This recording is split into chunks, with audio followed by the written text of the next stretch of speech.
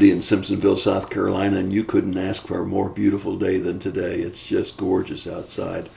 A bright, sunny, light wind, and temperatures in the mid to upper 60s. It's just fantastic. I heard a story about a lady that called the police department about her lost cat. The police department was extremely busy, and the sergeant, being somewhat of a wise guy anyway, told the lady when she called in and started describing her lost cat, he says, "Lady, you need to hang up in case he's trying to call you."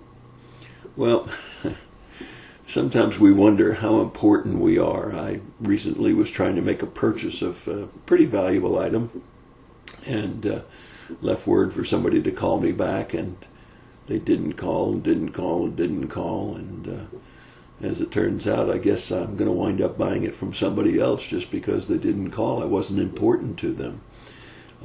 So we need to think just for a minute. There are 300 or nearly 300 million people in the United States. That is legally here.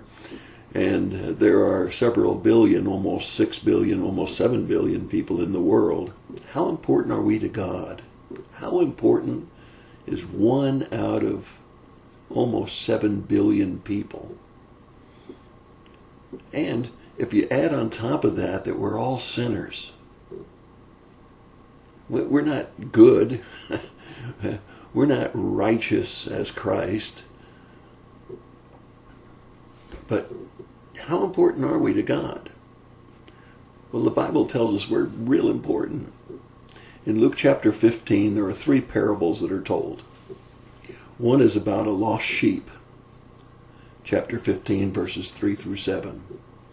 One is about a lost coin, verses 8 through 10.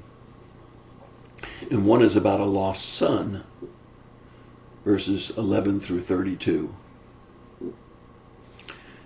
The sheep wanders off, and the shepherd carries it on his back to the rest of the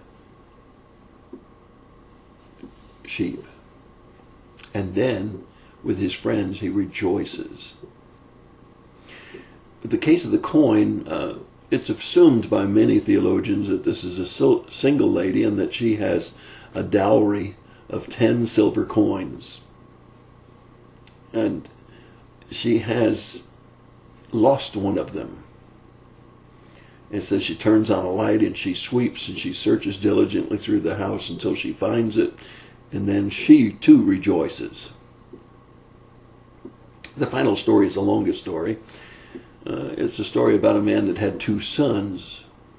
The younger son wants his inheritance even before his father dies.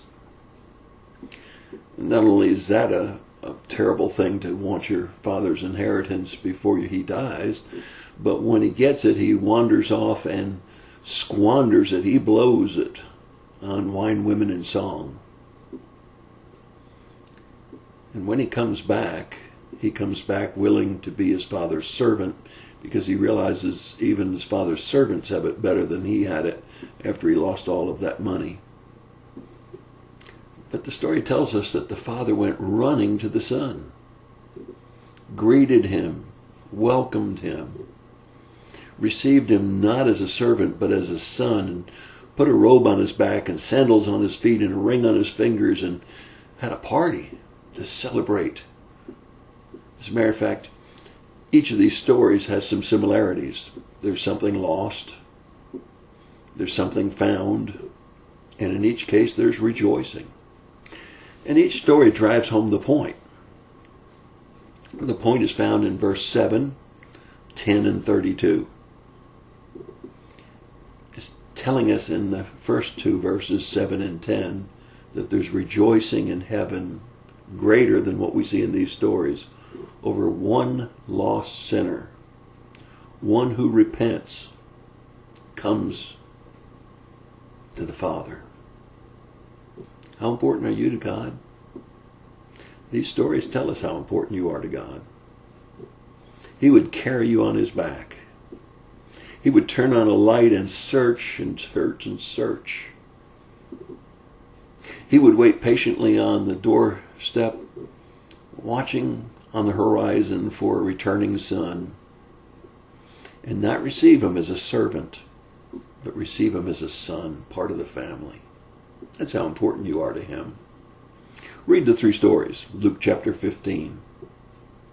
You'll see how important you are to God and how much rejoicing there is in heaven when anyone that's lost repents and comes to Jesus. But even more than that, even those that have just wandered away from him, gotten away from his teachings, gotten away from his ways, when they repent and return to him. The father said to the elder son, once this son was lost, but now he's found. Maybe it's time for you to get back to God.